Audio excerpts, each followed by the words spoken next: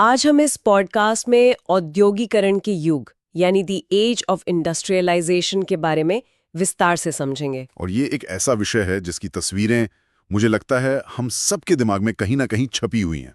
वो ऊंची ऊंची चिमनियां, धुआं उगलती फैक्ट्रियां। हाँ, और भाप से चलने वाली मशीनें। बिल्कुल। लेकिन आज का हमारा हुक यही है।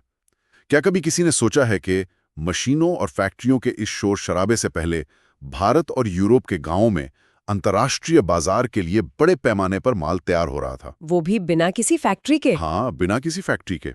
ये कैसे मुमकिन था?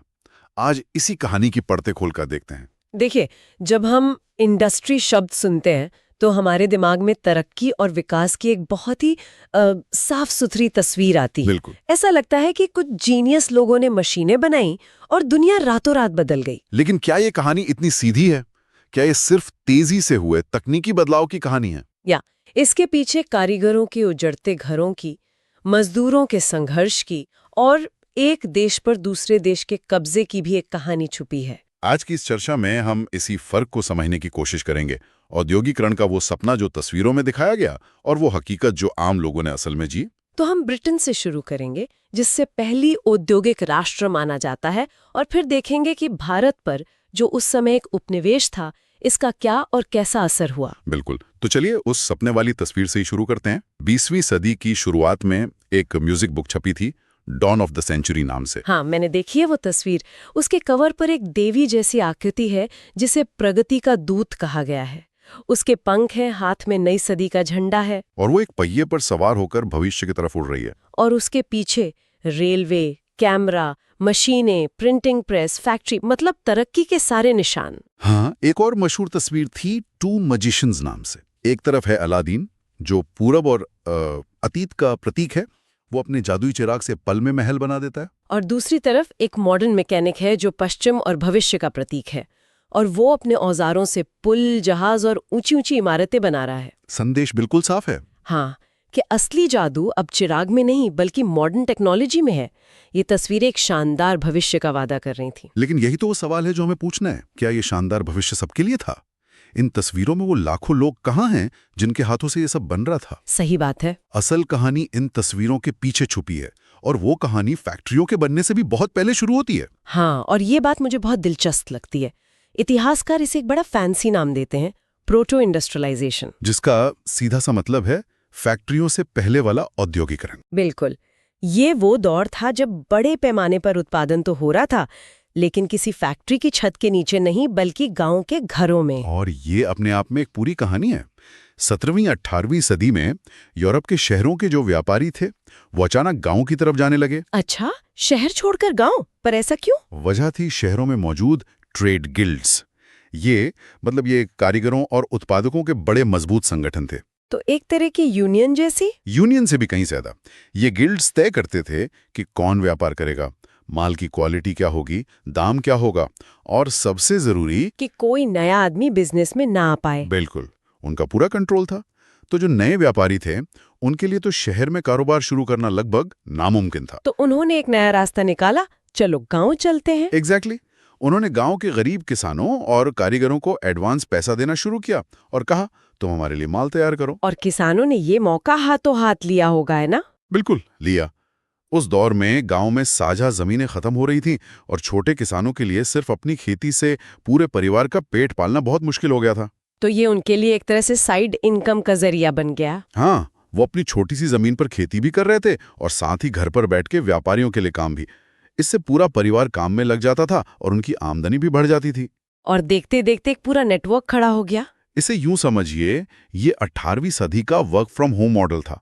व्यापारी शहर में बैठा है लेकिन उसका काम सैकड़ों किलोमीटर दूर गांव में फैला है। कैसे काम करता था ये नेटवर्क? देखिए, एक कपड़ा व्यापारी शहर में ऊन खरीदता, उसे गांव में कातने वालों तक पहुंचाता, वहां से धागा बुनकरों के पास जाता, फिर उसे फुलर्स के पास भेजा जाता जो कपड़े को सिकोड़ते थे, और आखिर में रंगरेजों के पास। और फाइनल टचिंग के लिए माल वापस शहर आता होगा। हाँ, फिनिशिंग के लिए माल लंदन भेजा जाता, जहां से उसे पूरी दुनिया के बाजार में बेच दिया जाता।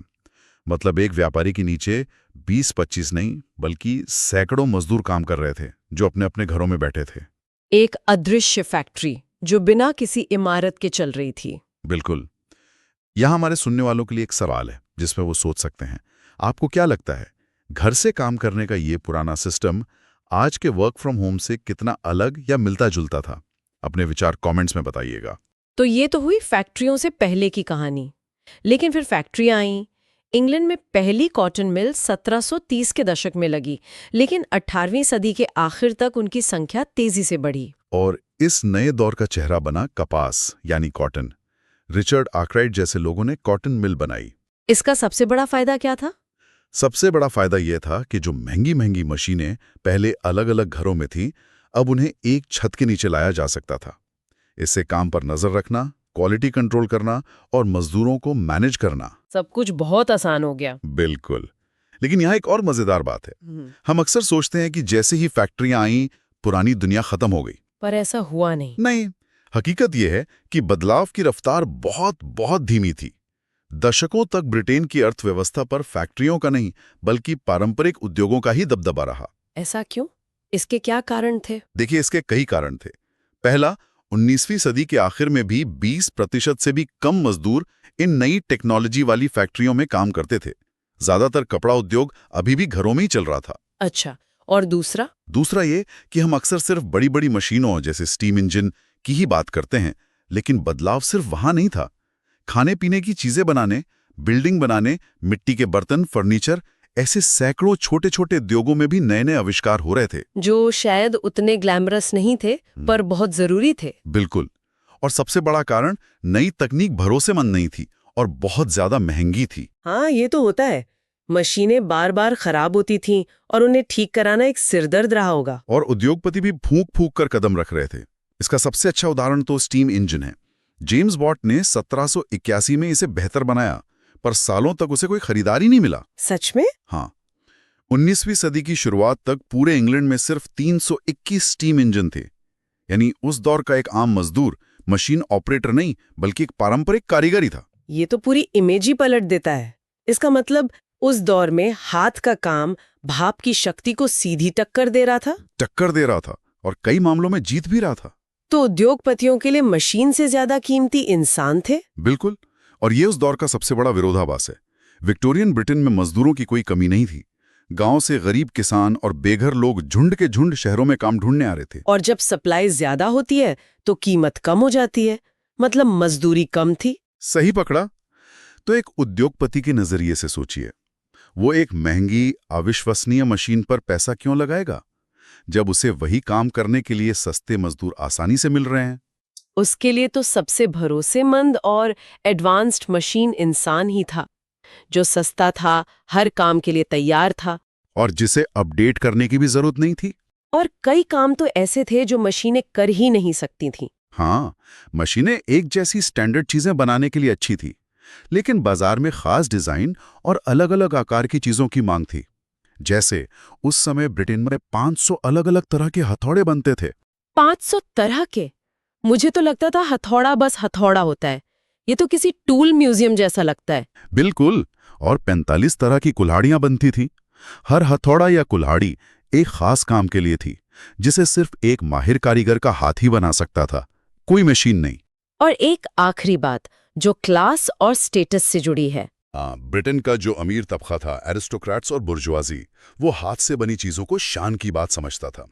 उन्हें लगता था कि हाथ से बनी चीजों में एक नफासत होती है, एक क्लास होता है। और मशीन से बना सस्ता माल, वो तो भारत जैसे उपनिवेशों में भेजने के लिए था। ये तो हुई ब्रिटेन की कहानी। लेकिन जब ये मशीन से बना सस्ता माल भारत पहुंचा, तो यहाँ क्या हुआ? एक उपनिवेश में औद्योगिकरण की कहानी कैसी थी? वो कहानी बिल्कुल अलग है। मशीनों के आने से पहले दुनिया के कपड़ा बाजार पर भारत का राज था। हमारे रेशमी और सूती कपड़ों की धूम थी। सूरत और हुगली जैसे बंदरगाहों से ये व्यापार चलता था। लेकिन फिर ईस्ट इंडिया कंपनी आई और 1750 के बाद जैसे जैसे उन्होंने भारत पर कब्जा जमाया, ये पूरा नेटवर्क टूटने लगा। पुराने बंदरगाह बर्बाद हो गए और उनकी जगह बॉम्बे और कलकत्ता जैसे नए बंदरगाहों ने ले ली, जिन पर अंग्रेजों का पूरा कंट्रोल था। और इसका सबसे बुरा असर पड़ा हमारे बुनकरों पर। हाँ, कंपनी ने व्यापार पर अपना एकाधिकार कर लिया। उन्होंने बुनकरों और स्थानीय व्यापारियों के बीच का जो रिश्ता था, उसे तोड़ने के लिए गुमाश्ता नाम के पगार पर मुलाजिम रखे। ये गुमाश्ता क्या करते थे? उनका काम था बुनकरों पर निगरानी रखना, उनसे तैयार माल इकट्ठा करना और क्वालिटी चेक करना। लेकिन असल में वो कंपनी के एजेंट थे जो शोषण करते थे। कैसे? उन्होंने क्या किया? उन्होंने एक जाल बिछाया। बुनकरों को कच्चा माल खरीदने के लिए एडवांस में कर्ज दिया जाता था। और जो बुनकर ये कर्ज ले लेता वो फंस जाता। बिल्कुल। अब उसे अपना सारा माल सिर्फ उसी गुमाश्ता को बेचना पड़ता था, वो भी बहुत ही कम कीमत पर। वो किसी दूसरे व्यापारी को ऊंचे दाम पर नहीं बेच सकता था।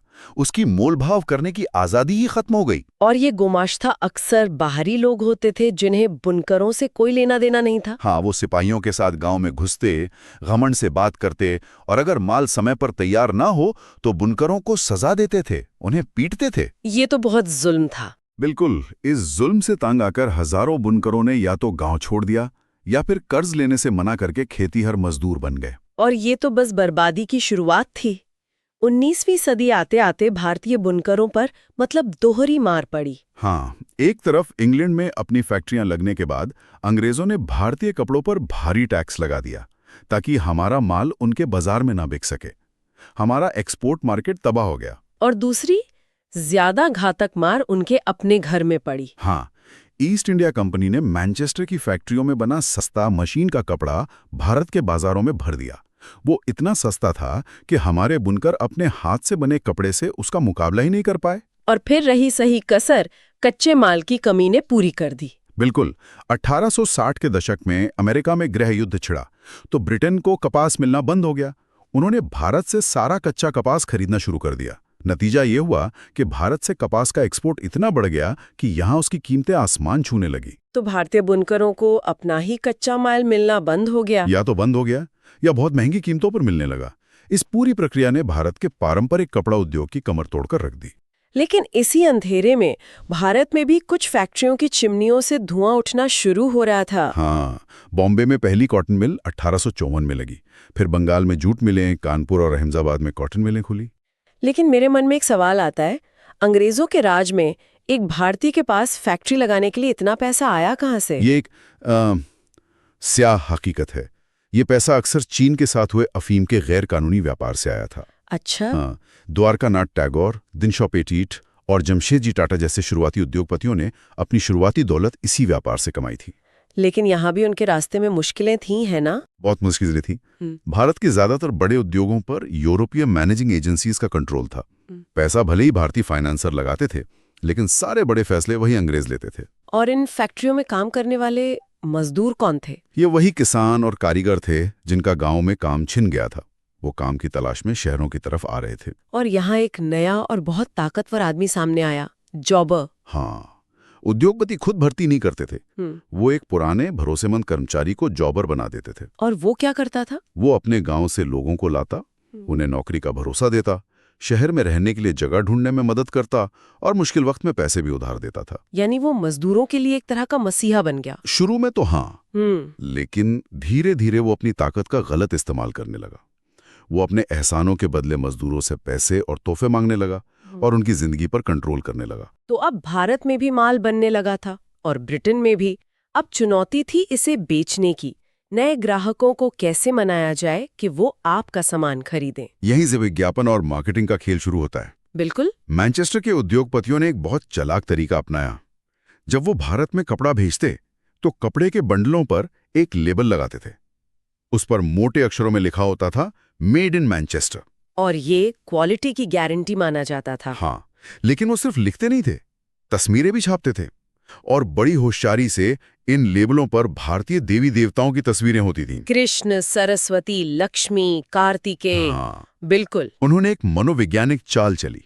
मकसद ये था कि विदेशी माल को भारतीय लोगों के लिए अपना सा दिखाया जाए, जैसे मानो इन देवी देवताओं ने खुद इस विदेशी माल को आशीर्वाद दिया हो। उन्होंने कैलेंडर भी छपवाए, क्योंकि कैलेंडर तो उन घरों में भी पहुंच जाते थे जहां लोग पढ़ लिख नहीं सकते थे। हाँ, और इन पर भी देवी देवताओं या महाराजा रंजीत सिंह जैसे राजाओं की तस्वीरें होती थीं। संदेश ये था कि अगर आप इस राजा का सम्मान करते हैं तो इस प्रोडक्ट का भी इस्तेमाल करें। लेकिन जब भारतीय उद्योगपतियों ने विज्ञापन देना शुरू किया तो उनका संदेश बिल्कुल उल्टा और राष्ट्रवादी था। एकदम। उनके विज्ञापनों में साफ साफ लिखा होता था, अगर आप देश की परवाह करते हैं तो सिर्फ भारतीयों का बनाया माल खरीदें। विज्ञापन स्वदेशी आंदोलन का एक हथियार बन गए। तो औद्योगिकरण की कहानी सिर्फ मशीनों और फैक्ट्रियों की नहीं है। नहीं, ये उस सपने और उस हकीकत के बीच की कहानी है। ये हाथ से काम करने वालों के हुनर की, मजदूरों के संघर्ष की, उपनिवेशों के शोषण की और बाजार पर कब्जा करने के लिए अपनाई गई चालाक रणनीतियों की कहानी है। बिल्कुल, हमने देखा कि कैसे ब्रिटेन में भी औद्योगिक क्रांति असल में कोई क्रांति नहीं बल्कि एक बहुत धीमी प्रक्रिया थी। और कैसे भारत में औद्योगिकरण का रास्ता पूरी तरह से अंग्रेजी ही हुकूमत के हितों ने तय किया। ये एक ऐसी जटिल कहानी है जिसने दुनिया को हमेशा के लिए बदल दिया। ये कहानी सिर्फ मशीनों की नहीं बल्कि इंसानी हुनर, लालच और संघर्ष की है। बिल्कुल, और सोचने वाली बात यह है कि ये लड़ाई आज भी खत्म नहीं हुई है। आज जब हम आर्टिफिशियल इंटेलिजेंस और ऑटोमेशन के दौर में जी रहे हैं, हम फिर उसी मोड़ पर खड़े हैं जहां वो कारीगर और मजदूर 200 साल पहले खड़े थे। सवाल आज भी वही है। हाँ, सवाल आज भी वही है। क्या नई तकनीक इंसान की मदद करेगी या उसकी जगह ले लेगी? इस कहानी का अगला अध्याय शायद हम आज लिख रहे हैं। उम्मीद है कि आज की इस चर्चा से औद्योगिकरण के युग को एक नए नजरिए से समझने में मदद मिली होगी। इतिहास को सिर्फ तारीखों के तौर पर नहीं बल्कि लोगों की जिंदगी पर पड़े उसके असर के तौर पर देखना जरूरी है। पढ़ते रहिए, सीखते रहिए और अपने ज्ञान को बढ़ाते रहिए। ड्रोना चैनल की तरफ से आपकी परीक्षाओं के लिए ढेर सारी शुभकामनाएं। हम जल्द ही एक और दिलचस्प विषय के साथ मिलेंगे।